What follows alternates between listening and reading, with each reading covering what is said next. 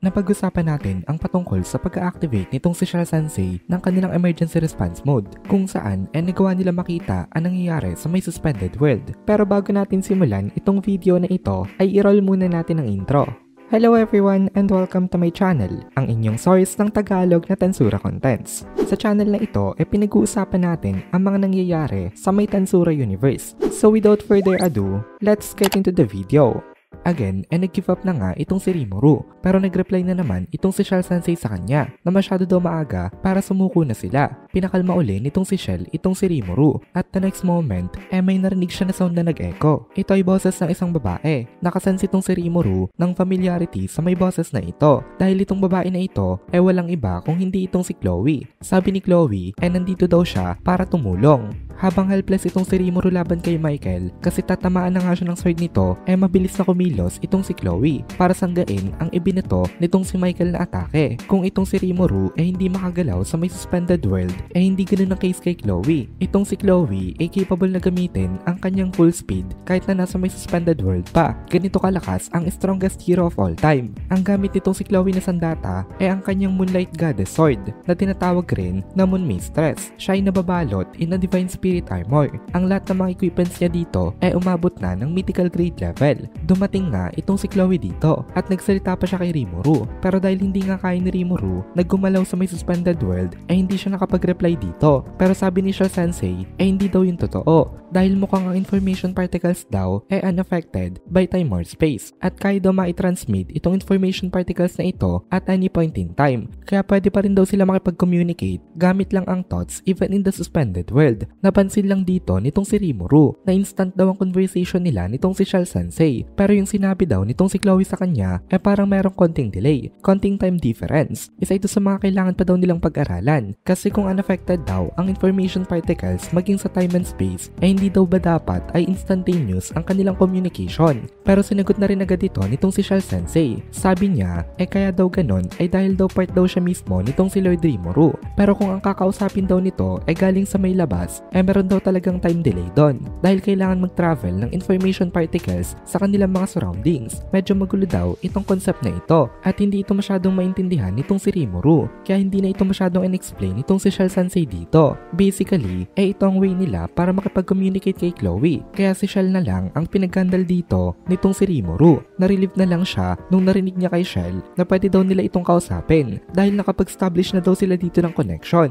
Kaya dalian na nagsalita itong si Rimuru para mag-reply sa may sinabi nitong si Chloe sa kanya. Napasensya na daw itong si Chloe kung ngayon nagiging pabigat siya kasi kahit daw nailigtas na nga siya nito ngayon hindi niya pa rin daw kayang gumalaw kaya gumagamit lang daw siya ngayon ng telepathy net para makipag-usap sa kanya. Nung narinig naman ito nitong si Chloe nag-reply siya na oo nga daw pala kaya daw makipag-communicate nitong si Rimuru-san dito kasi meron daw itong Shell-san. Dito na-confirm natin na aware din pala itong si Chloe sa existence nitong si Shell Sensei. Nagsalita naman itong si Shell kay Rimuru na through the existence daw nitong si Chronoa na-reveal na rin daw siya kay Chloe. Kinontak pala nitong si Shell itong si Chloe nung una para maging escort ito nitong si Rimuru dito. Kaya pala confident itong si Shell Sensei dahil ito ang tinatago niya na trump card. Kaya kahit na hindi kayang gumalaw nitong si Rimuru dito hindi siya magagalaw ng kahit na sino. Nagsalita uli itong si Shell Sensei. Sabi niya aware daw siya na target na mga kalaban itong si Masayuki Honjo pero aware din daw siya na target din itong kanyang master. Kaya ang ginawa daw nitong si Shell Sensei inipain niya itong si Rimuru para ma-lure out ang isa sa mga pinakamalalakas ng kanilang mga kalaban. Napaka-rare na decision para kay Shell Sensei na gawing bitag itong kanyang sariling master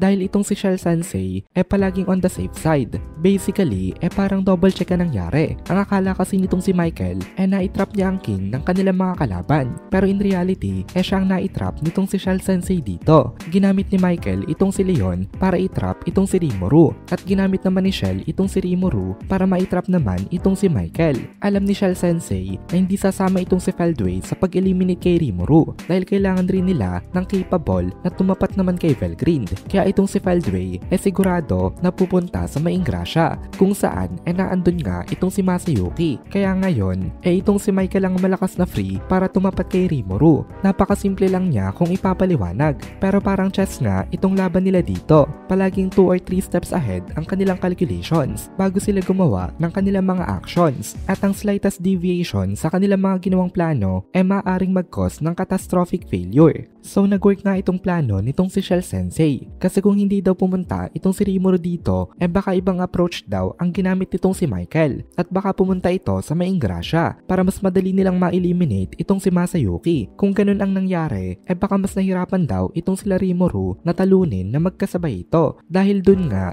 kasama nito itong si Feldway, kaya napaka worth it daw ng pagpapain sa kanya nitong si Shell Sensei kanina. Wala rin naman daw kasi halos danger para sa kanya, dahil buhay naman siya as long as buhay itong si Feldora. Ang tanging hindi lang talaga sigurado itong si Shell Sensei dito ang time stop na ability nitong si Michael, pero na-confirm nga rin nila ito kanina, kaya talaga kinontak ni Shell itong si Chloe Obert just in case na tama nga siya sa kanyang hinala na meron nga itong time stop. Kung wala daw time stop itong si Michael, hindi nakakailanganin ni Chloe na makisali sa may battle. Pero isa ring magandang bagay na merong time stop itong si Michael, kasi ngayon na-expose nga itong si Rimuru sa may suspended world na ito, at dahil nandito nga rin siya na-analyze ni Shell itong suspended world, kaya sabi ni Shell it's only a matter of time daw bago nila magawa na makagalaw na rin dito. At dito na muna natin tatapusin itong video na ito. Kung nagugustuhan mo itong mga videos natin, ay please consider joining the membership para mapanood mo na agad ang mga kasunod na part,